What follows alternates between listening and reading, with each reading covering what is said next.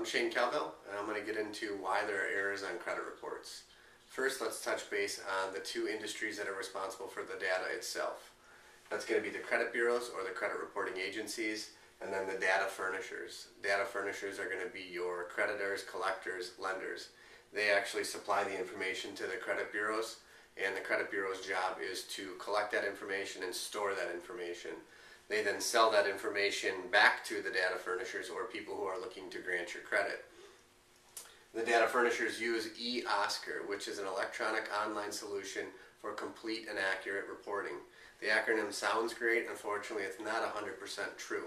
They use a lot of solutions and systems to automate their reporting, which makes them more efficient but not necessarily more effective. So they use this software. Then they have a third-party verification, which is the Metro or Metro 2 system. And the Metro 2 system has the capabilities to record and match up every field on your credit report to make sure the information is 100% accurate. That would eliminate about 95% of errors on credit reports. Unfortunately, they don't use that. They have another system, which is the Automated Universal Data System, and that is for the lenders or creditors or collectors. What they do is they take and furnish the data back to the credit reporting agencies or the credit bureaus. Usually they do it once a month, and you got to think about lenders or collectors or creditors, maybe have 50 million or even 100 million accounts that they're pulling off of their database, then running through this automated software, which then goes to eOscar or then to the credit bureaus. So they take the information off their software, take it to another software. Unfortunately, that's where a lot of errors come in, is because there can be mixed files just by that in itself.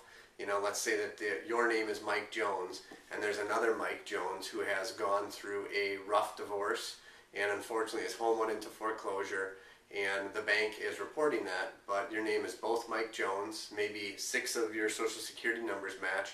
That may be enough on their calculations to be able to populate that on your credit report. So now, even though you have a perfect payment history and never had any problems, you could actually have this other Mike Jones foreclosure reporting on your credit report, and it's going to stay there until you try to do something to get it off. So you can see where their automated solutions do definitely make them more efficient, but they absolutely do not make them more effective. Now I'm going to touch base on the information that's actually in your credit report and what your credit report is composed of. That's going to be your demographics, which is going to be your name, your address, your date of birth, social security number, phone number if available. On the address field, there's going to have your current address, and then there's also the ability for the credit bureaus to collect up to 2 previous addresses. You're also going to have your employment information. That's going to be your current employer, and they may list all of your previous employers or only a few depending on how many of them you've had. Then the next field is going to be the public records. Public records you never want to have on your credit report. That's always a negative, harmful, damaging trade line or negative account that's reporting. That is going to be a tax lien, judgment, bankruptcy, foreclosure. Those things will be in the public records section. Then there is collections and trade lines. Sometimes these two are put in the same fields. Other times they are actually separated into their own sections. Collections are going to be also like public records, always negatively reporting, always hurting your credit report. These could be things like medical bills that unfortunately did not get paid, went to a collection company or to in-house collections. Maybe it was a account with a bank or a lending institution that was not paid, and they charged that debt off, and it then was sold or transferred or sent to their in-house collection department. Or maybe student loans that you're not able to pay on right now, tough economic position, weren't able to get a job, and that account ended up in collections. So those are going to be your collections accounts.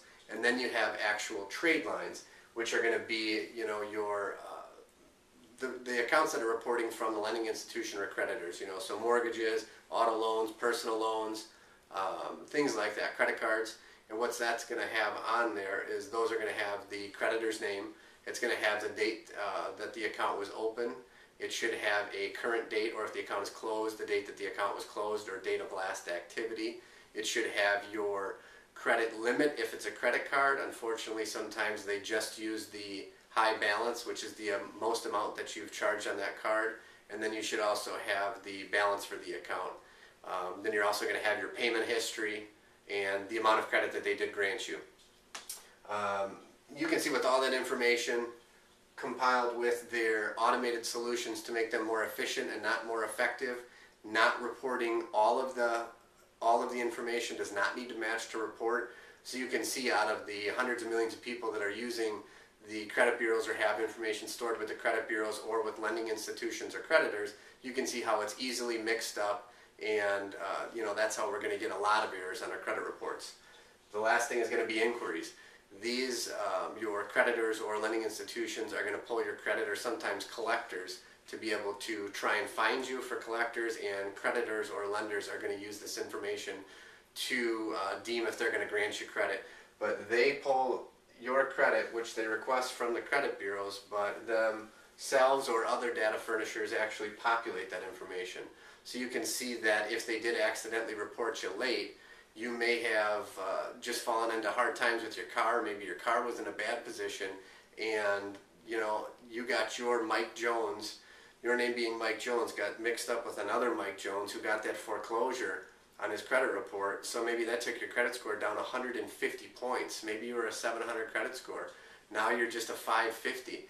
And at 550, now you're not going to qualify for the interest rate. Maybe at 700 you qualified for 0%. And now instead you're going to be 28 or even 30% interest on the car. So now you don't have time to wait. You can't do anything to fix that overnight. So you just kind of jump into this loan, and now you're paying over $600 a month when your payments should really be $250. So you can see why we have errors on our credit reports, and you can also see the extreme damage that errors on your credit report can cause.